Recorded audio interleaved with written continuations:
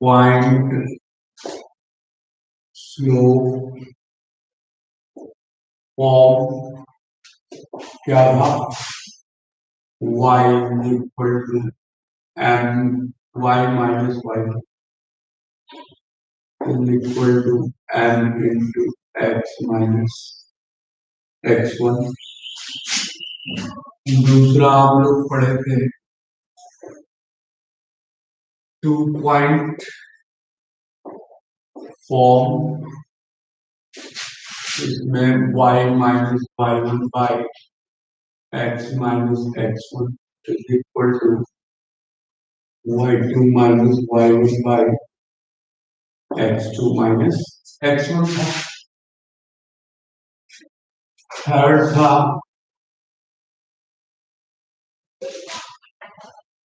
Intercept form.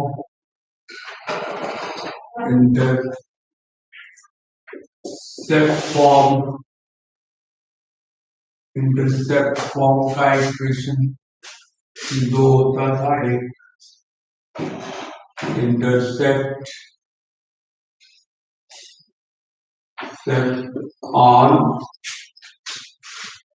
y axis, जिसका equation होता था y is equal to mx plus c, और दूसरा था इंटरसेप्ट ऑन x एक्सिस, ये होता था y is equal to m into x minus d। Intercept form important है, पॉइंट स्लोप फॉर्म इम्पॉर्टेंट है।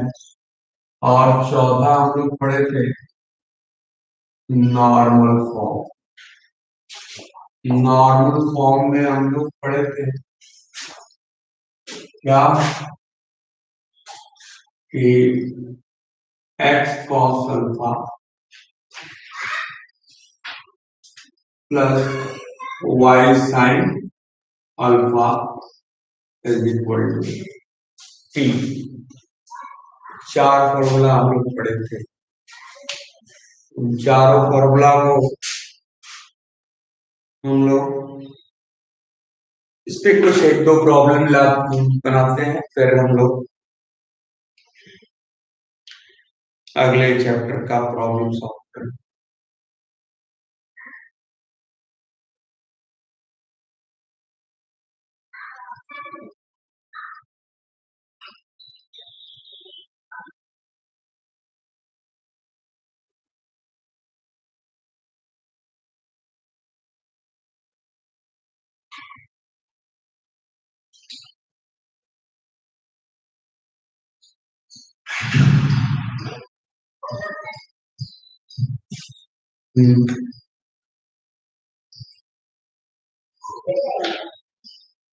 क्वेश्चन है, एक क्वेश्चन इस पर लेते हैं कि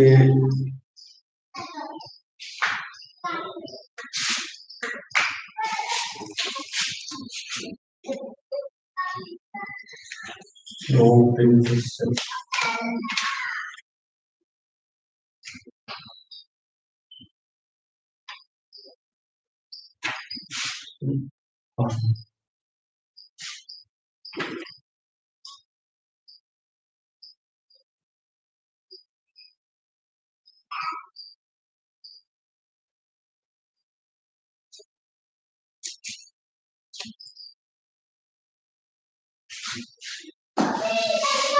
क्वेश्चन है जी इस पे कि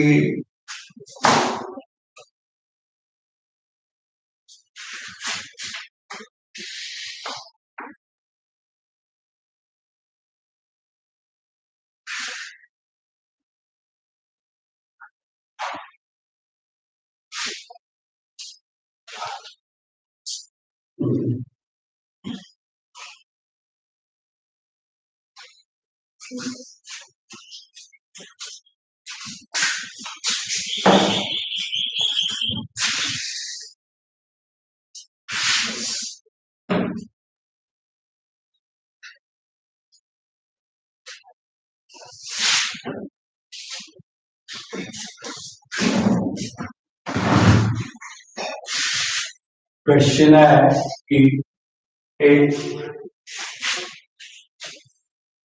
स्ट्रेट लाइन है,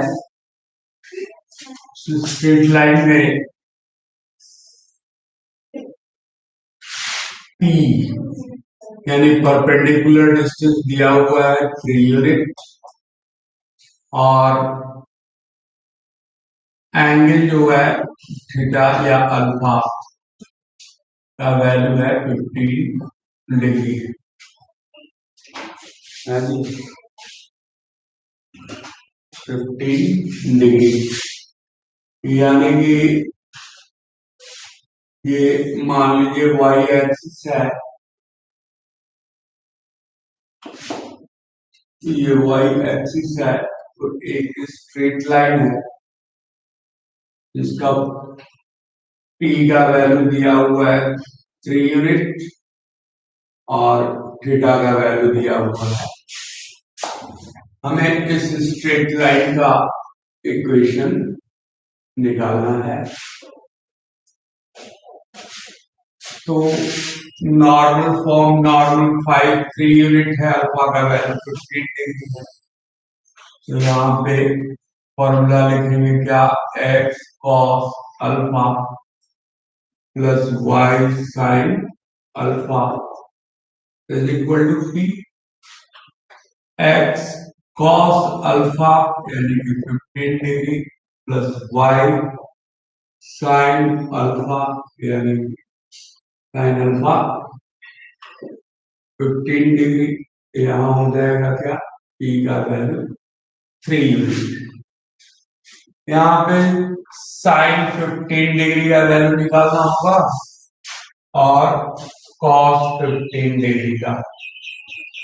तो साइन 15 डिग्री का वैल्यू हम लोग निकालेंगे कैसे, तो ट्रिग्नोमेट्री का एक फॉर्मूला होता है, साइन 15 डिग्री को हम लोग लिख सकते हैं साइन 45 माइनस 30 डिग्री लिखा जा सकता है। और फॉर्मूला होता है sine A minus B is equal to sine A into sine B minus, sorry, sine A into cos B minus cos A into sine B.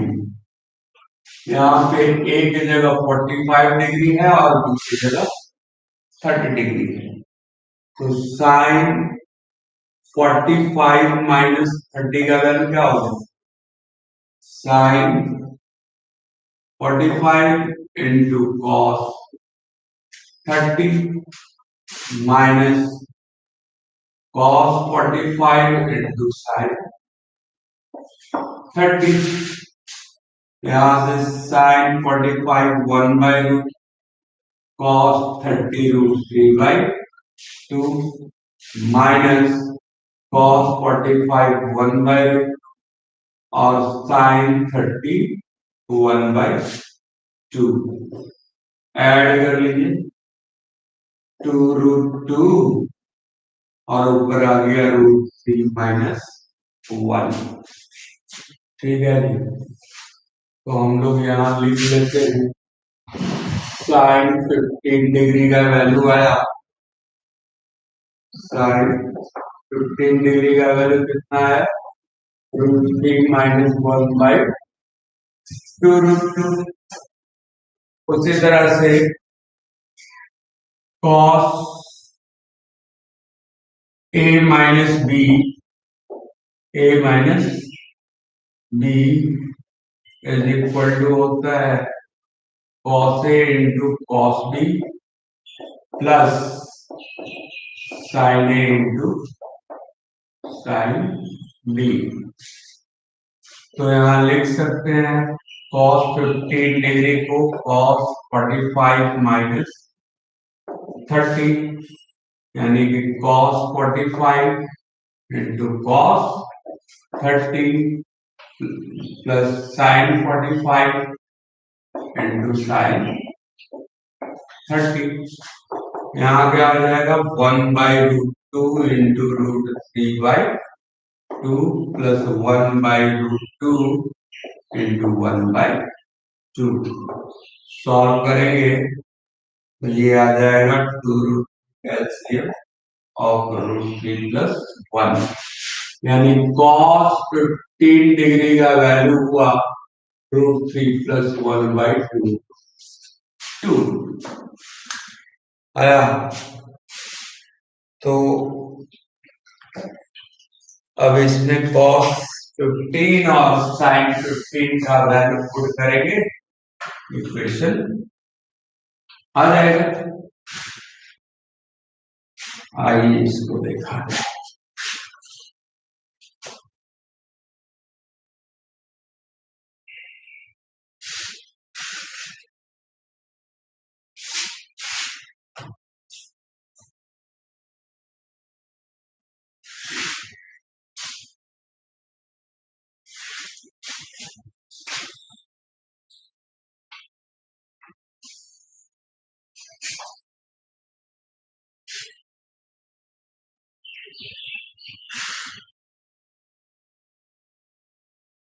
जो भी लोग ऑनलाइन है अपना नाम जरूर मेंशन प्लीज।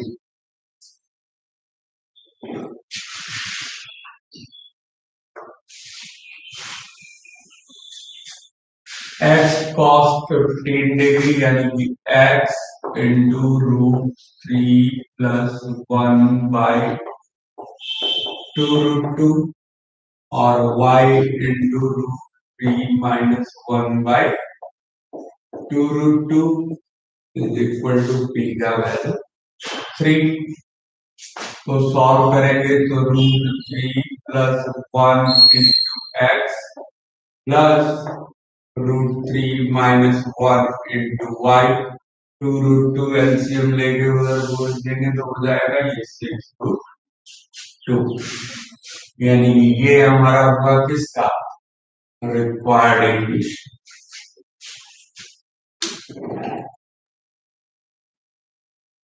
एक क्वेश्चन है to find the equation of a straight line whose perpendicular distance from the origin is root 8 and angle between positive direction of x-axis is 135।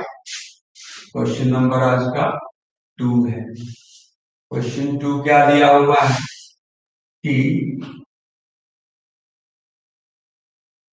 P यानी परपेंडिकुलर डिस्टेंस नॉर्मल का दिया हुआ है 8 unit और angle alpha का value दिया हुआ है 135। कहने का मतलब 135 किस क्वाड्रेंट में लाइज करेगा सेकंड क्वाड्रेंट 135 लाइज करेगा किसमें ये एंगल कुछ ऐसे हुआ सॉरी 135 अल्फा का वैल्यू यानी ये हुआ और ये स्ट्रेट लाइन है और ये इसका नॉर्मल है नॉर्मल का लेंथ रूट 2 दिया हुआ और ये अल्फा का वैल्यू 135 है और इस इक्वेशन ऑफ स्ट्रेट लाइन हमें निकालना है। फॉर्मूला यूज करेंगे क्या x cos alpha plus y sin alpha is equal to p। p का value root 8 perpendicular distance x cos alpha का value 135 plus y sin 135 is equal to p यानी कि root 8। अब जरा cos 135 का value लिखा cos 135 सेकंड क्वाड्रेंट का angle तो सेकंड क्वाड्रेंट का एंगल है ये क्या लिखेंगे cos 90 प्लस 45 cos 90 प्लस 45 का मतलब हो गया कि cos सेकंड क्वाड्रेंट में नेगेटिव था और 90 है तो कॉस किस पे साइन 45 डिग्री यानी कॉस 3135 का वैल्यू वही होगा जो माइनस कॉस माइनस साइन 45 का होगा यानी ये वैल्यू आएगा -1/√2। ठीक उसी तरह से साइन 135 का वैल्यू निकालना तो साइन 135 को लिख सकते हैं sine 90 plus 45 90 plus 45 sine 90 plus 45 second quadrant में पॉजिटिव होता है साइन का कॉस हो जाएगा कॉस 45 यानी cos 45 का जो वैल्यू होगा वो sin 135 का वैल्यू। अब यहां से इन दोनों वैल्यू इक्वेशन में पुट कर देंगे x into 1/-1/√2 plus y into sine 145 यानी कि 1/√2 इज इक्वल टू √8 यानी ये है -x plus Y √8 into √2 √8 into √2 का मतलब हो गया क्या √16 और √16 का वैल्यू क्या होता है वो तो ये इक्वेशन हुआ ठीक है। इसको ऐसे भी लिखा जा सकता है x कॉमन ले लें तो x minus Y plus 4 is equal to 0 एक ही बात आया।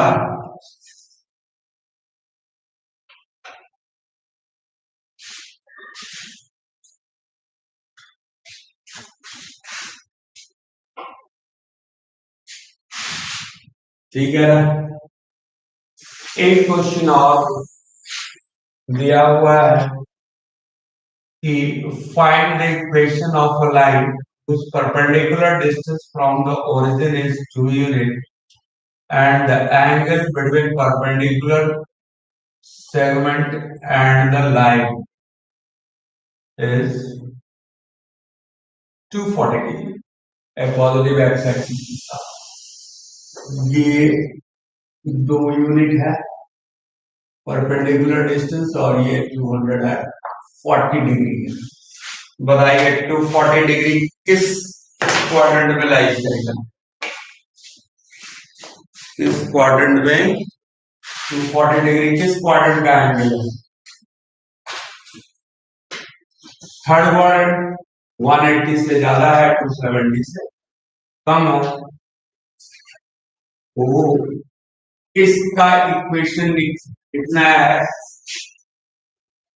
लाइन जिसका इक्वेशन निकालना है का perpendicular distance from the origin क्या हुआ है 2 यूनिट और एंगल बिटवीन perpendicular distance या normal and straight line is given positive x axis and straight line is given at 40 degree equation of the line निकालना है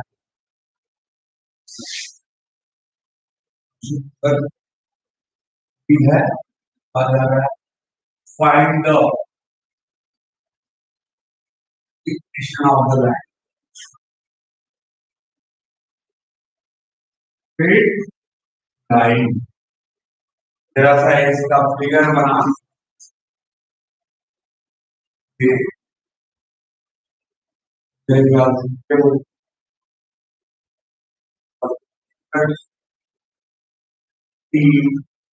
और एंगल जो है अल्फा अल्फा का वैल्यू 40 डिग्री टी का value 2 unit तो formula से नॉर्मल फॉर्म वाला फॉर्मूला लगाएंगे x cos alpha plus y sin alpha is equal to t ये आएगा क्या x cos 240 plus y sin 240 is equal to 40 plus p का वैल्यू 2 यूनिट। अभी इसका हम लोग निकाल लेते हैं क्या cos 240 का वैल्यू, तो निकाल लो cos 40 को क्या लिख सकते बोलो cos 180 प्लस 60 याद कीजिए बराबर है इसमें तो ऑल पॉजिटिव, इसमें साइन ऑफ कोसेक पॉजिटिव होते हैं, tan ऑफ cot थीटा का वैल्यू पॉजिटिव, इसमें cos और sec थीटा का वैल्यू तो ये बता ध्यान देखो 180 प्लस थर्ड क्वाड्रेंट में cos क्या होता है नेगेटिव, नेगेटिव वैल्यू। अब cos है और यहाँ 180 डिग्री है तो cos में ही रह जाएगा, थीटा का वैल्यू 60 डिग्री, यानी cos 240 का वैल्यू माइनस cos 60 के बराबर हो। अब ये cos 60 बराबर होता है 1/, यानी cos 40 का वैल्यू -2 होगा। इसी तरह sin 240 का वैल्यू निकालो, sin 240 को हम फिर एक बार 180 प्लस 60 लिखें। ये एंगल गया किस क्वाड्रेंट में, थर्ड क्वाड्रेंट, थर्ड क्वाड्रेंट में tan और cot के बाकी सारे नेगेटिव होते हैं, ये भी वैल्यू जो आएगा वो नेगेटिव ही होगा। 180 है तो साइन में ही रहेगा और थीटा का वैल्यू यानी कि इसका वैल्यू आएगा -5। अब क्या करना है, हम पुट कर दें x इंटू cos 240 का वैल्यू क्योंकि -1/2x plus y into cos sin 240 का वैल्यू हम लोग निकाले -√3/2y इज इक्वल टू 2 क्या है -x -√3/2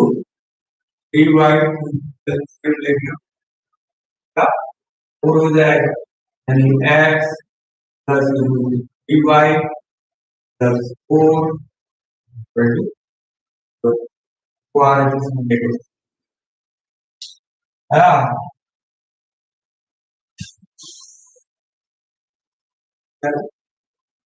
इसमें एक क्वेश्चन और ले सकते, एक्सरसाइज का क्वेश्चन 3, एक्सरसाइज का क्वेश्चन नंबर 3 है find the equation of line which is at distance of 3 units from origin and tan alpha is equal to 5/12 दिया है,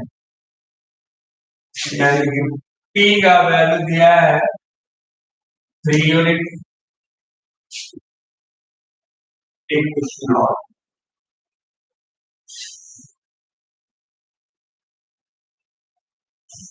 थोड़ा डिफरेंट है,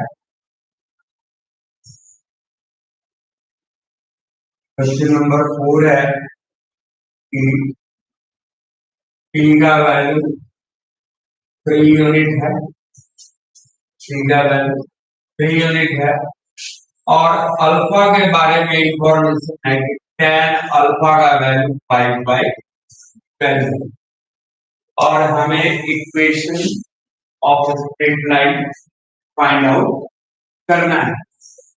equation of straight line find out करना है उसकी नॉर्मल फॉर्म का, नॉर्मल फॉर्म में जाने के लिए formula x of alpha plus y sin alpha is equal to p use करेंगे ना, तो tan अल्फा गिवन है, इसका मतलब हुआ ये परपेंडिकुलर बाई बेस होता है, हाइपोटेनस निकाल लो।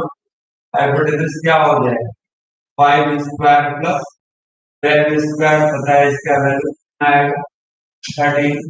तो इसका मतलब हो गया cos alpha base by hypotenuse यानी कि 12/13 आएगा, और sine alpha is equal to particular by hypotenuse यानी कि 5/13 है। अब ये वैल्यू उठा के करेंगे, काम खत्म। यानी कि ये आ गया 12x/13 और ये 5y/13 is equal to t का वैल्यू 3 है। क्या हो गया 12x प्लस 5y 13 या 39, 12x plus 5y minus 39 equal to 0 है।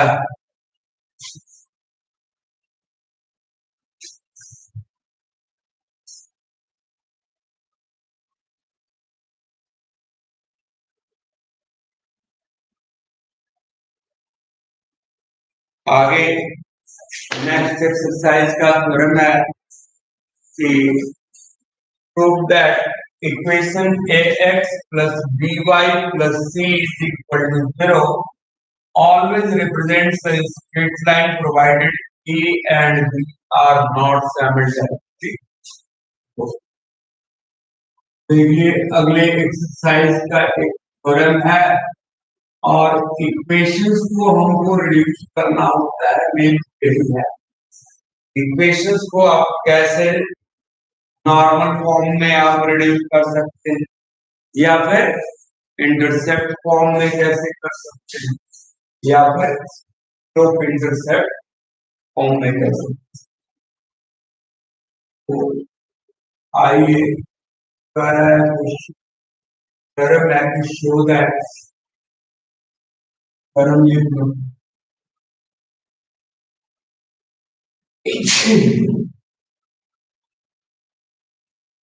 prove that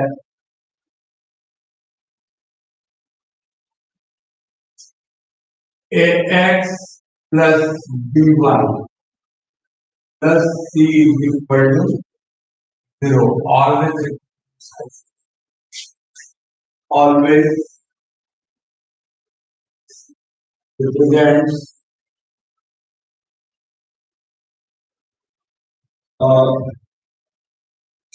straight line, always represented provided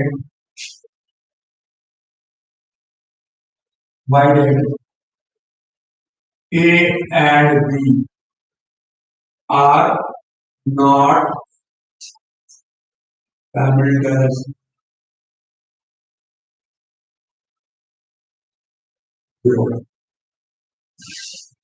यदि दोनों एक साथ 0 ना, तो आइए देखा जाए पहले ये थ्योरम है।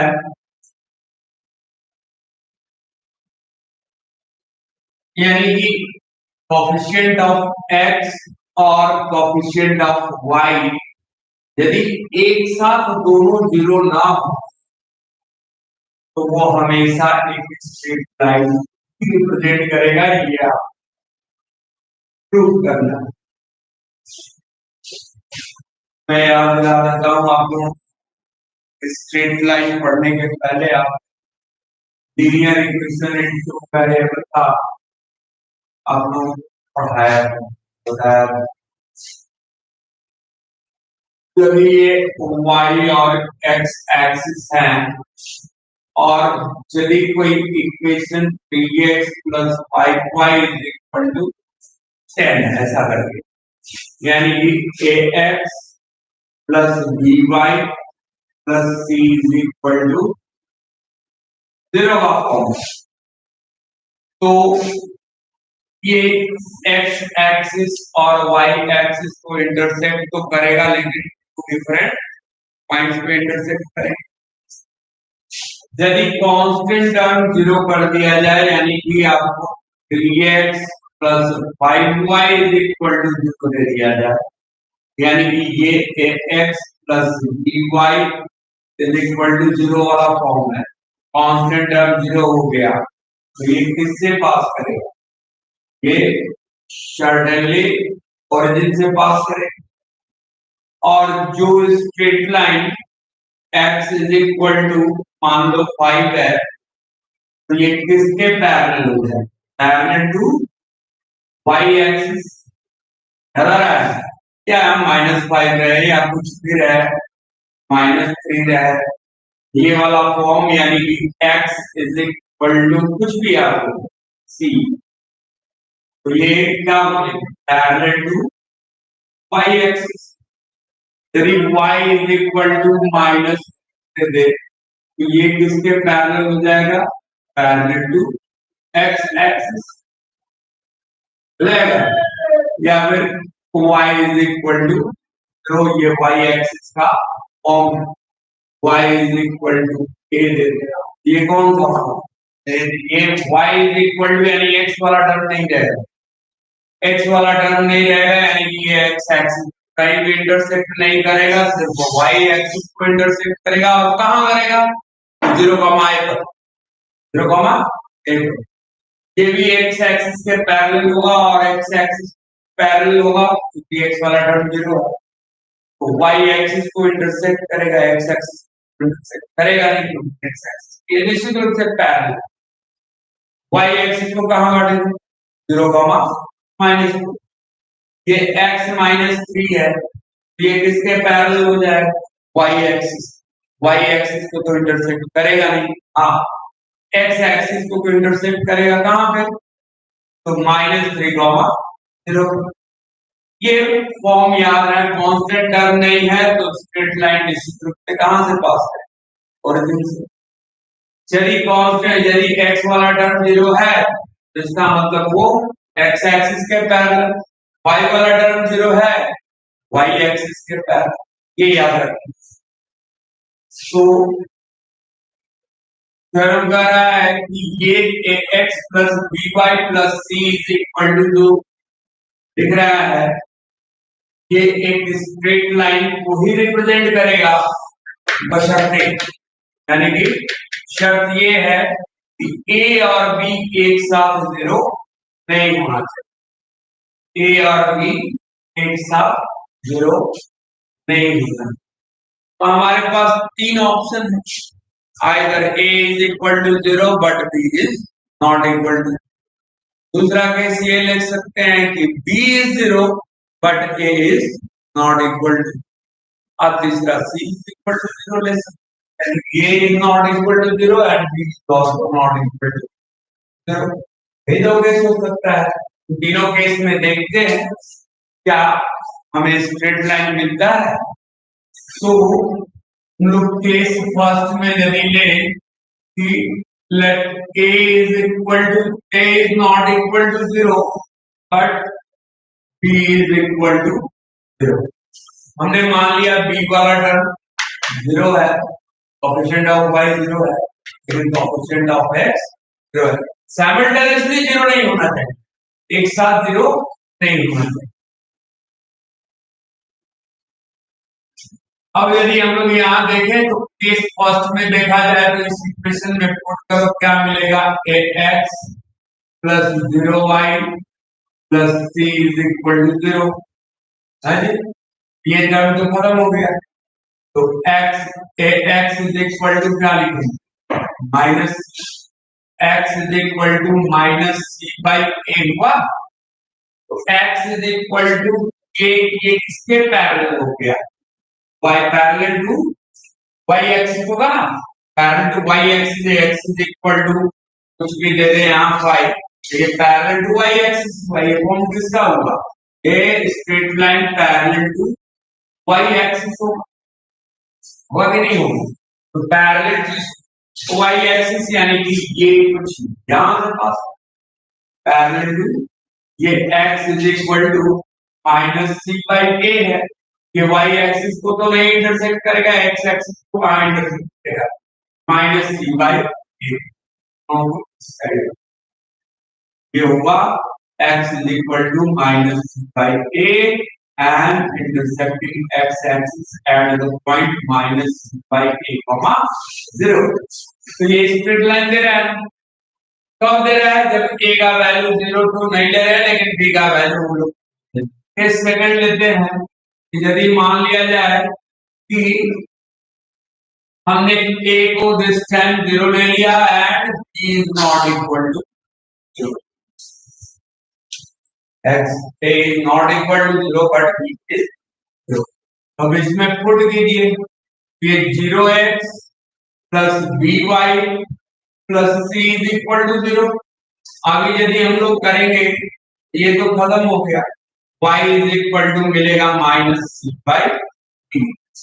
ये फॉर्म कौन सा है, y is equal to minus c by, ये x एक्सिस को तो इंटरसेक्ट करेगा नहीं, x एक्सिस के पैरेलल हो जाएगा, यानी कि ये पैरेलल टू x एक्सिस वाला फॉर्म है, यानी कि ये भी स्ट्रेट लाइन देगा, लेकिन ये y x एक्सिस के पैरेलल होगा लेकिन y एक्सिस को इंटरसेक्ट करेगा।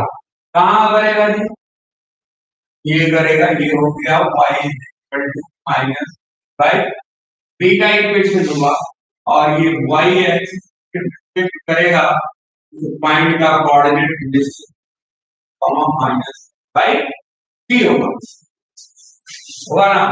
तो जब a को 0 किए तो y एक्सिस, ये a को 0 किए x एक्सिस के पैरेलल मिला, स्ट्रेट लाइन मिला ना, और जब हम लोग b को 0 किए इसमें तो भी एक पैरेलल लाइन मिला, इसके पैरेलल मिला, y एक्सिस के पैरेलल मिला।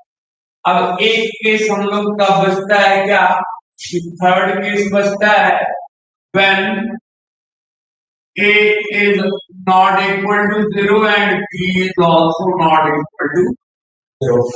तो इसमें यदि आप देखोगे तो थर्ड केस में आपको क्या मिलेगा, थर्ड केस में मिलेगा कि ए भी एग्जिस्ट करेगा और बी भी एग्जिस्ट करेगा, सी का वैल्यू 0 ले भी सकते हो और नहीं भी ले सकते, क्योंकि थ्योरम में कंडीशन क्या दिया है कि ए और बी एक साथ 0 नहीं होना। पहला केस में तो ए को नॉट इक्वल टू 0 रखे, B is equal to 0। Second case में ए को 0 रखे लेकिन बी को। अब तीसरा केस इसमें बनता है कि ए भी 0 के बराबर नहीं है और बी भी 0 के बराबर नहीं। तो इक्वेशन आपको क्या मिलेगा, a x plus B Y plus C is equal to 0 मिलेगा। तो अभी यहां देखा जाए b y is equal to क्या लिखें, ये दोनों को उधर ले जाते हैं, minus a x minus c होगा। तो y इज इक्वल टू क्या हो जाएगा, minus A by B x minus C by b. ये y is equal to m x plus c वाला फॉर्म है, y दिस इज m और ये पूरा c वाला फॉर्म। तो y is equal to m x plus c किसका होता है, स्लोप इंटरसेप्ट फॉर्म नहीं होता है, तो स्लोप इंटरसेप्ट फॉर्म क्या देता है, एक स्ट्रेट लाइन देता है। तो ये तीनों तरीके से पता चला कि यदि किसी भी linear equation in two variable का कोई भी इक्वेशन लेंगे और कोएफिशिएंट ऑफ x और कोएफिशिएंट ऑफ y साइमल्टेनियसली यानी एक साथ 0 ना हो, एक साथ 0 ना हो तो हमको हमेशा स्ट्रेट लाइन देकर ही मानेगा नहीं। यदि ए और बी को यदि हम लोग 0 करते हैं तो ए भी लिखे, यदि हम लोग ऐसा करके दे ए भी 0 और y भी 0 तो क्या मिलेगा, ये खत्म, ये टर्म खत्म, c इज इक्वल टू 0, ये करेंगे यानी कि c इज इक्वल टू एक कांस्टेंट टर्म का वैल्यू कभी 0 सर्टेन कंडीशन में हो सकता है, यदि नॉट इक्वल टू 0 है तब तो ये कंडीशन होगा नहीं, c 0 के बराबर होगा, c के 0 के यदि बराबर होगा जो इक्वेशन दिख रहा है ये जीरो तो सी का भी वैल्यू जीरो। कोई एक्सप्रेशन नहीं मिला, कोई एक्सप्रेशन नहीं मिला, यानी कि कोई स्ट्रेट लाइन नहीं ड्रॉ कर सकते वो इससे लेकर। अब मेरी बात देखिए, इसमें मेन इसमें है कि ए एक्स प्लस क्यू है reduction of general form to standard form. Standard form में हम लोग मेन क्या क्या पढ़े हैं, स्लोप इंटरसेप्ट फॉर्म पढ़े हैं और इंटरसेप्ट फॉर्म पढ़े हैं। स्लोप इंटरसेप्ट फॉर्म पढ़े हैं, इंटरसेप्ट फॉर्म भी पढ़े हैं। इंटरसेप्ट फॉर्म में एक स्लोप इंटरसेप्ट फॉर्म था और दूसरा था पॉइंट स्लोप फॉर्म था, तीसरा था 2 पॉइंट फॉर्म था, नॉर्मल फॉर्म था। तो नॉर्मल फॉर्म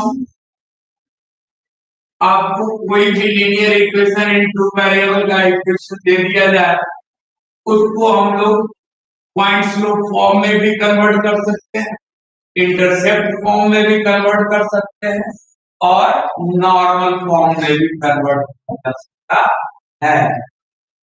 तो कैसे करेंगे ये देखिए, एक बार देखना चाहिए इस पर प्रॉब्लम बढ़िया बनता है। ये प्रॉपर्टी है एक तरह का, इसका एप्लीकेशन आगे बहुत ज्यादा हो। मान लीजिए क्या, reduction of general form, reduction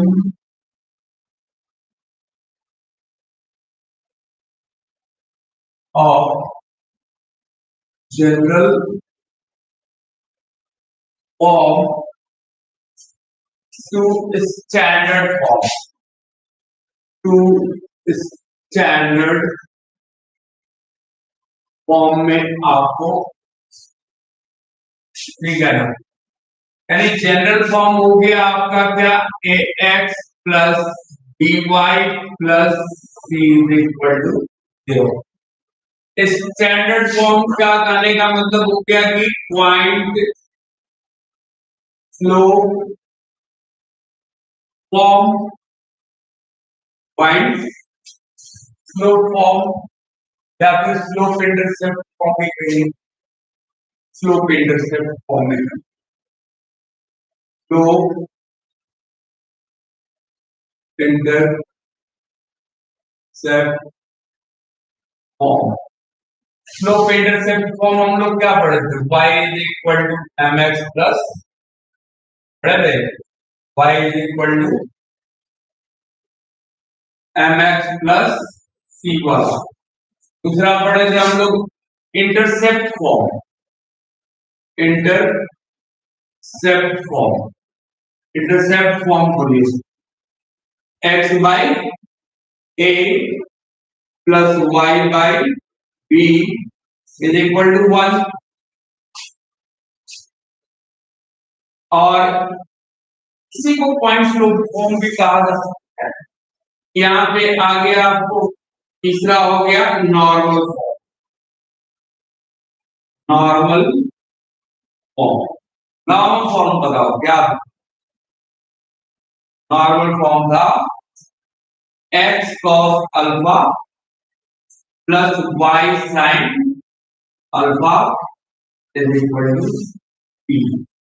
इस जनरल इक्वेशन जो दिया हुआ है इसको तीनों स्टैंडर्ड फॉर्म में हमको कन्वर्ट करना है, ठीक है ना।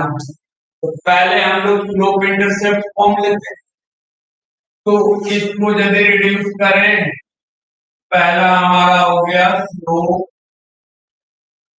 इंटरसेप्ट फॉर्म, यानी कि y is equal to m x plus c वाला फॉर्म में कन्वर्ट इसको करना है। तो इसको क्या हम लोग लिख नहीं सकते हैं, dy is equal to minus x minus c, हाँ एक्स सी को उधर ले गए, तो y इज इक्वल टू क्या हो गया minus A by B X, और ये हो गया माइनस सी बाई बी। वाह, अब जरा इससे हम लोग कंपेयर करें तो mx प्लस सी से यदि कंपेयर करें तो ये कैपिटल सी है स्मॉल लेटर।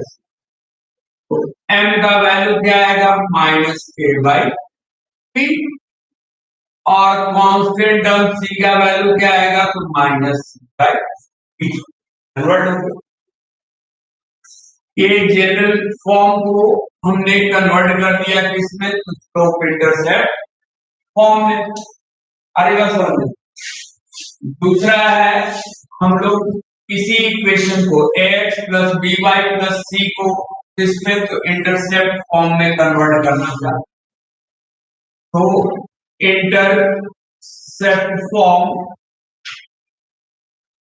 क्या होगा इंटरसेप्ट फॉर्म हो गया आपका इक्वेशन है ax plus B Y plus C is equal to 0। अब इस फॉर्म में लाना है क्या करें सी को उधर ले जाते हैं पहले ax plus B y is equal to minus c. अब दोनों तरफ इधर वन लाना है तो दोनों तरफ एलएचएस और आरएचएस पे कितना से डिवाइड करना पड़ेगा माइनस सी से। तो यहां लिख लीजिए डिवाइडिंग बोथ साइड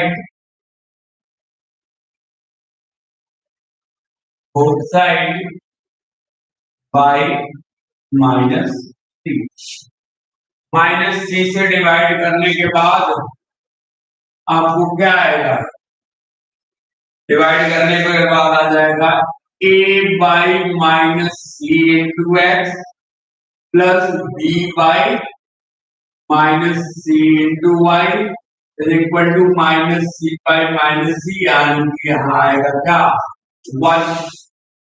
अब इसको इंटरसेप्ट फॉर्म से कंपेयर करें तो x बाई ए इसको और a को नीचे लाओ क्या इसको a को x by minus C by a लिख सकते हैं हाँ a आ गया नीचे तो x by minus C by a अब प्लस ये y by minus C by b is equal to 1। अब इसको कंपेयर कर दो क्या x by a plus y by b is equal to 1। A की जगह क्या है माइनस सी बाई ए। ए की जगह क्या आया minus C by A.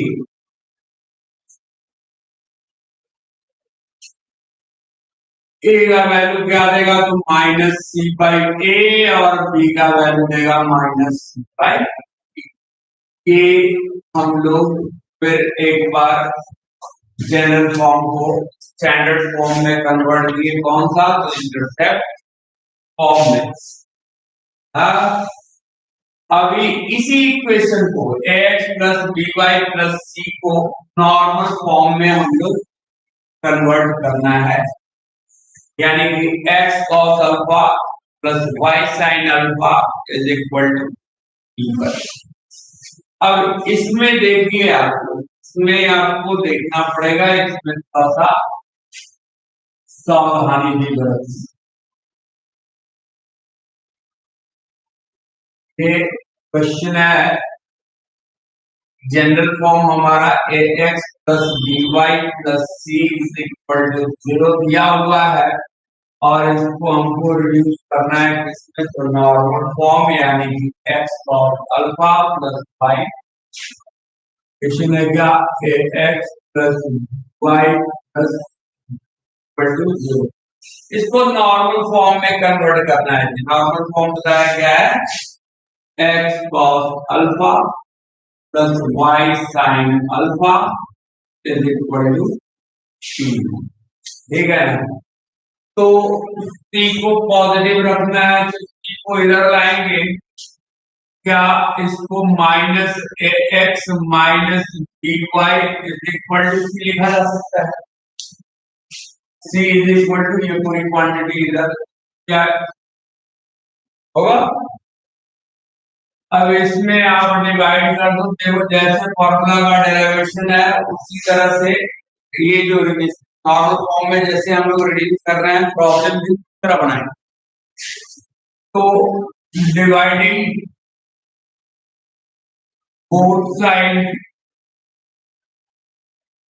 by root under a square plus b square से डिवाइड कर दिया एलएचएस में भी और आरएचएस में। तो इसको डिवाइड करने पर क्या minus a by root under a square plus b square into x है। फिर ये आ जाएगा plus minus d y by root under a square plus b square और इधर हो गया आरएचएस में c by under root a square plus b square आया। अब इसको कंपेयर करें हम लोग x cos alpha plus Y sine alpha equal to p से। यदि आप कंपेयर करोगे तो आपको x cos alpha plus Y sine alpha अब इज इक्वल टू पी। तो साइन इसमें x का कोएफिशिएंट कितना cos अल्फा, इसमें x का कोएफिशिएंट कितना तो minus a by root under a square plus b square यानी कि cos अल्फा का जो वैल्यू होगा वो minus a by under root a square plus b square होगा और साइन अल्फा का वैल्यू क्या होगा minus b by under root a square plus b square होगा और p का वैल्यू कौन देगा p का value c by under root a square plus square होगा। इसको नोट डाउन कर लीजिए। इसके बाद एक प्रॉब्लम हम लोग देखते हैं। नॉर्मल फॉर्म पर जनरली प्रॉब्लम्स आते हैं जैसे एक क्वेश्चन है root p x plus y plus equal to एक क्वेश्चन क्या है कि root 3x plus y plus equal to 0 root 3x plus y plus 0 बराबर है। इसको हमें 1 बाई 1 तीनों फॉर्म में कन्वर्ट करना है यानी कि स्लोप इंटरसेप्ट फॉर्म में भी कन्वर्ट करना है यानी y is equal to mx plus c के फॉर्म में भी करेंगे इंटरसेप्ट फॉर्म में भी करेंगे यानी x by a plus y by b equal to 1 वाला फॉर्म में भी लाएंगे और तीसरा नॉर्मल फॉर्म में भी इसको कन्वर्ट करेंगे। तीनों फॉर्म में आपको रिड्यूस करना है फॉर्मूला को। तो पहले इसको हम लोग करते हैं इसमें स्लोप इंटरसेप्ट फॉर्म याद रहना चाहिए क्या यानी y is equal to mx plus c वाला। तो इसको क्या लिखोगे y is equal to minus 3x minus लिखेंगे यहाँ पर m का वैल्यू यदि आपसे पूछे तो माइनस होगा माइनस रूट 3 और c का वैल्यू यदि पूछता है c का वैल्यू कितना माइनस माइनस की जगह क्या है माइनस c की जगह क्या है माइनस स्लोप इंटरसेप्ट फॉर्म ली यानी c क्या हुआ -2 क्या हुआ इंटरसेप्ट ऑन y एक्सिस क्या करो अरे जैसे ये स्ट्रेट लाइन हुआ y एक्सिस x एक्सिस ये इंटरसेप्ट कितना सपोज कर लिए क्या c और स्लोप ऑफ द इक्वेशन दिया हुआ है कितना स्लोप ऑफ स्ट्रेट लाइन दिया हुआ है एम, तो इसका इक्वेशन क्या लिखते हैं? y is equal to m x plus c one. Slope m है, कैसे आया? तो वो स्लोप पॉइंट फॉर्म से आया, y minus y one is equal to m into x minus x one. ये चूंकि इंटरसेप्ट सी है, इस पॉइंट का कोऑर्डिनेट 0, c होगा। तो y minus c is equal to m into x minus 0, x 0 है। क्या है? c को उधर ले जाएंगे तो mx प्लस सी नहीं हुआ, तो y वाला फॉर्म है, इसको y का value m minus 2x minus लिखेंगे तो m का वैल्यू माइनस 3 और c का value minus 2। Slope intercept form में ये तो है। और अब इसको करते हैं किसमें? तो ये जो चीज है वो क्या है? इंटरसेप्ट ऑन वाई एक्सिस है, और क्या? नेगेटिव वाई एक्सिस के तरफ है। इसको दूसरा पॉइंट हम लोग कन्वर्ट करते हैं किसमें? तो इंटरसेप्ट फॉर्म में।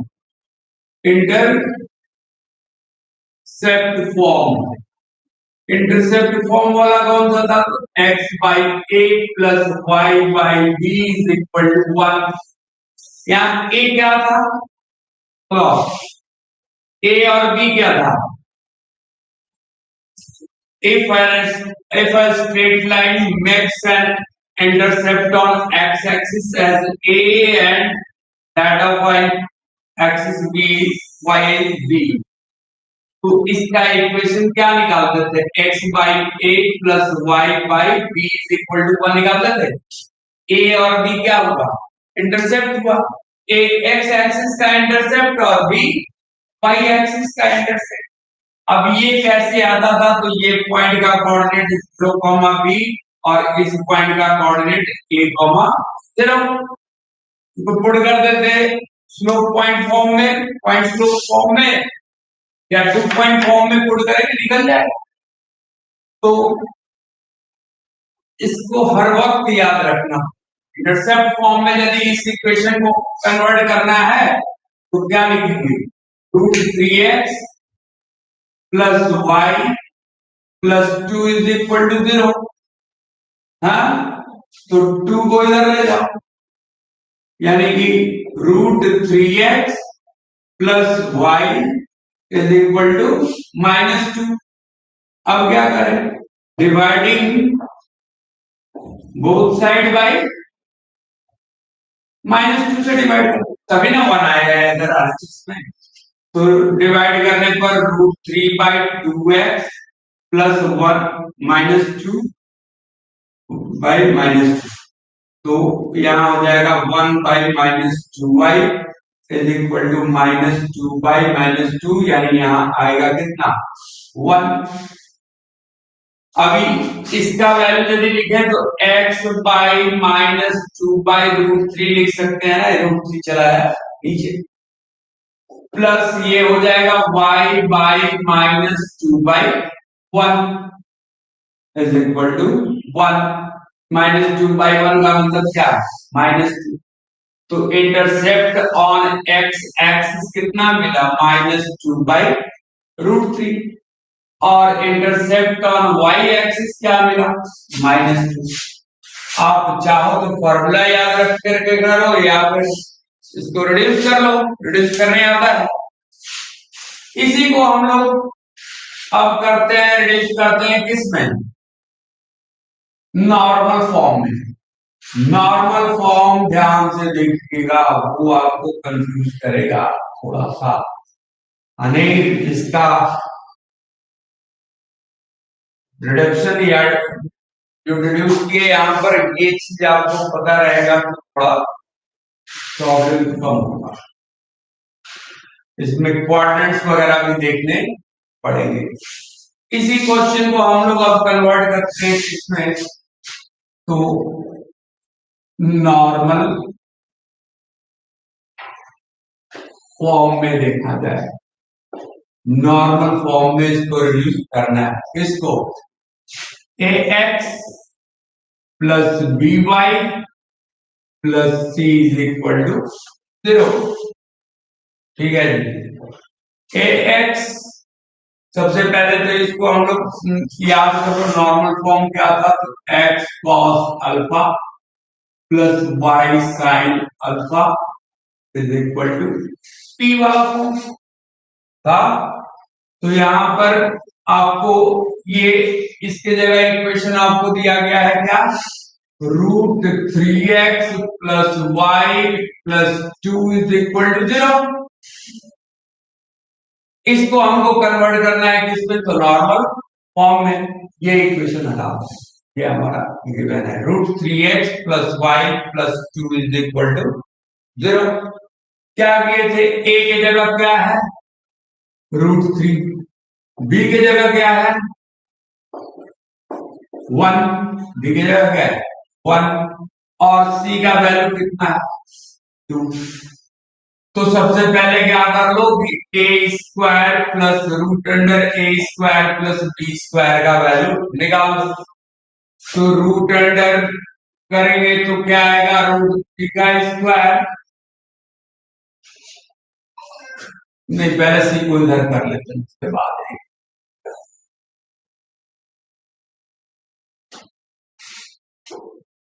क्या आएगा? c इज इक्वल टू क्या हो जाएगा? 2 को इधर लाओ तो 2 इज इक्वल टू, इसी तरह हम लोग फॉर्मूला में डिराइव करते हैं। क्या आएगा? -√3x माइनस वाई का मतलब माइनस। तो a का वैल्यू यहाँ कितना मिला जी? -√3 मिला ना। b का वैल्यू कितना मिला? -1। स्टेप्स देखते जाओ।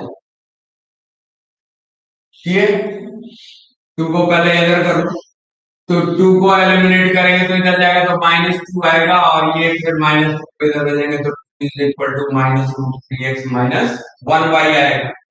तो a के जगह आ गया आपको -√3, b के जगह हो गया क्या? -1। तो क्या हम लोग यहां से a square plus b square का वैल्यू निकाल सकते हैं? बिल्कुल। तो -√3 का स्क्वायर और प्लस -1 का स्क्वायर, यानी कि √3 का स्क्वायर 3 हो जाएगा, प्लस 1 यानी कि इसका वैल्यू आएगा क्या? 2। समझ बात? हम याद दिला देते हैं फॉर्मूला, कैसे कैसे स्टेप्स हम लोग फॉलो किए थे। ये स्टेप्स जो फॉलो किए थे हम तो कैसे किए थे, ये चीज तो हो गया है ना। थर्ड वाला हम लोग कर रहे थे, कंपेयर भी करते चलते हैं।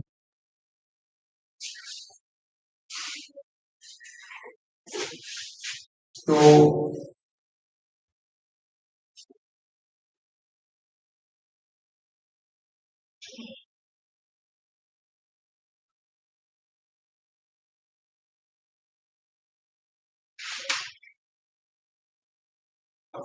क्या था हम लोग का दिया हुआ था, रिडक्शन कैसे किए थे?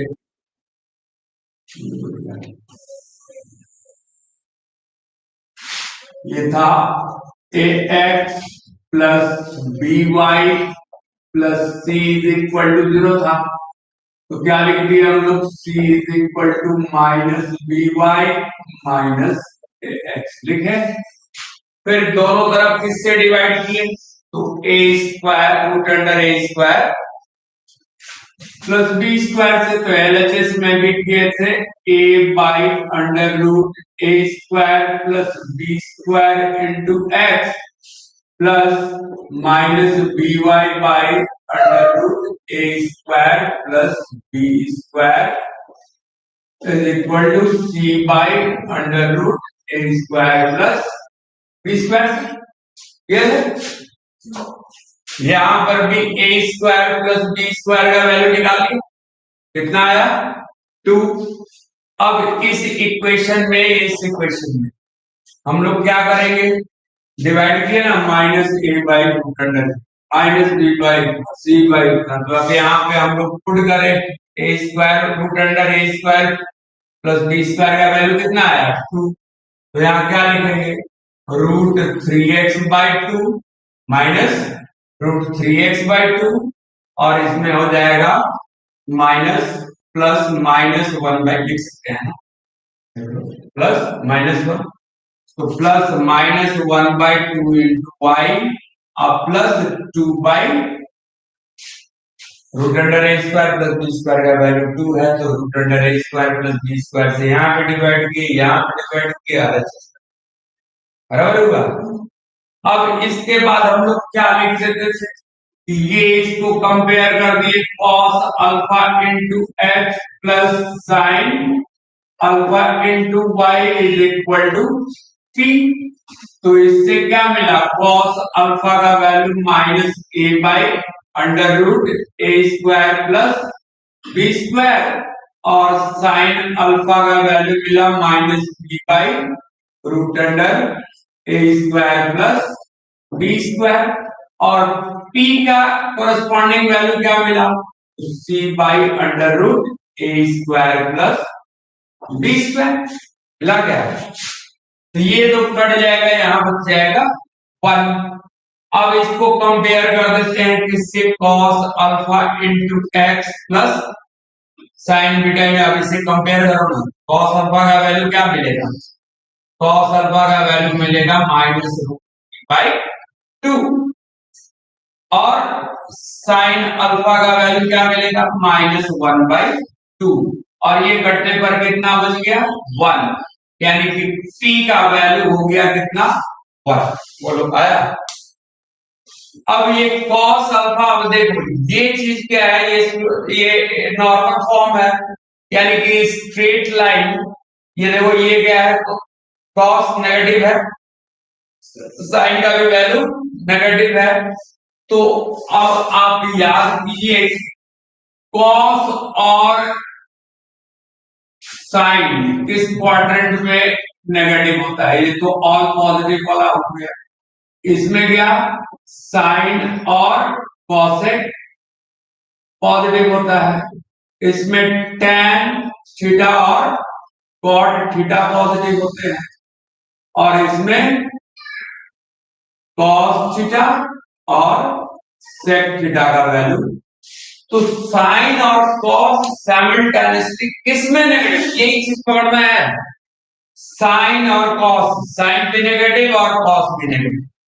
तो ये किस क्वाड्रेंट में साइन और कॉस नेगेटिव होते हैं तो थर्ड क्वाड्रेंट।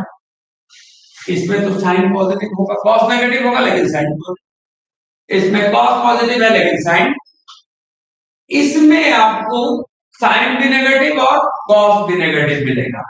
यानी कि यदि नॉर्मल फॉर्म देखा जाए तो ये एक्स एक्सिस हुआ और ये वाई एक्सिस हुआ एक्स एक्सिस और वाई एक्सिस हुआ और ये इसका मतलब ये स्ट्रेट लाइन का जो नॉर्मल होगा वो थर्ड क्वाड्रेंट में लाइज करेगा।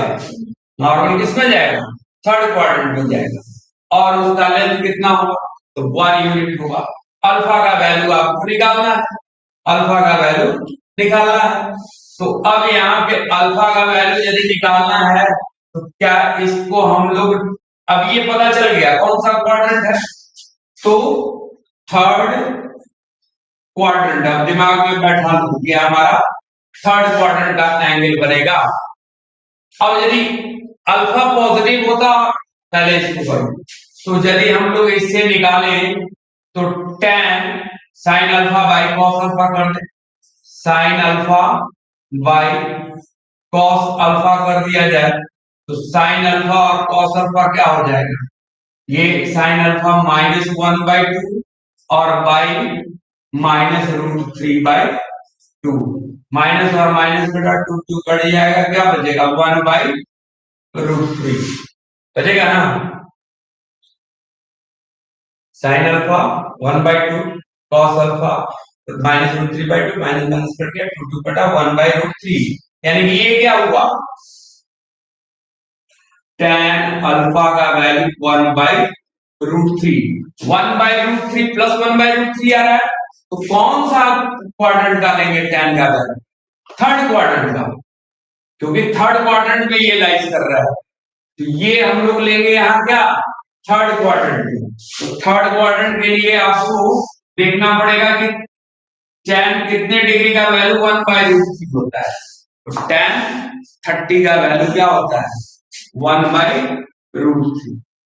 तो tan 30 यानी कि इसमें tan अल्फा पॉजिटिव होता है, पता है, तो ये हो गया आपका tan 30, यानी 180 प्लस 30 का वैल्यू 1/√3 आएगा। किसमें, थर्ड क्वाड्रेंट में। थर्ड क्वाड्रेंट में यानी कि थर्ड क्वाड्रेंट में हमको tan का वैल्यू 1/√3 निकालना है, तो अल्फा की जगह क्या पुट करना पड़ेगा, 180 प्लस 30 डिग्री, याद करो क्या आएगा,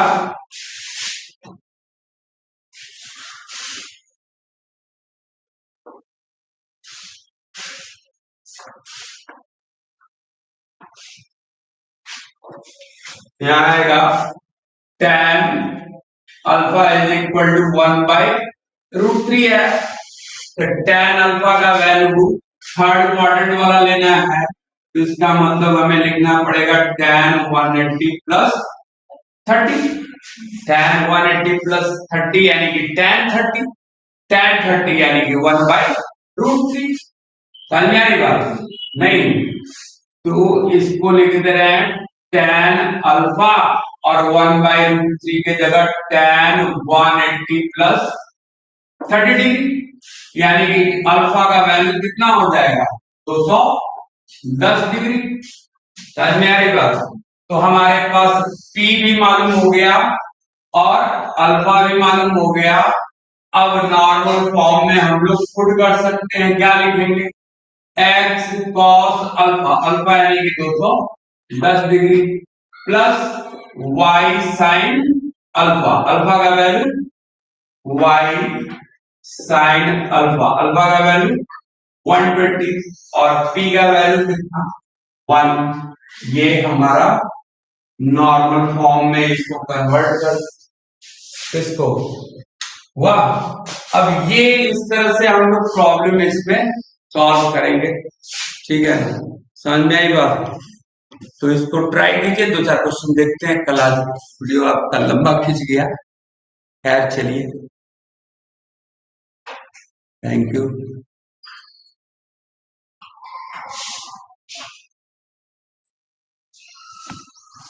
लगता है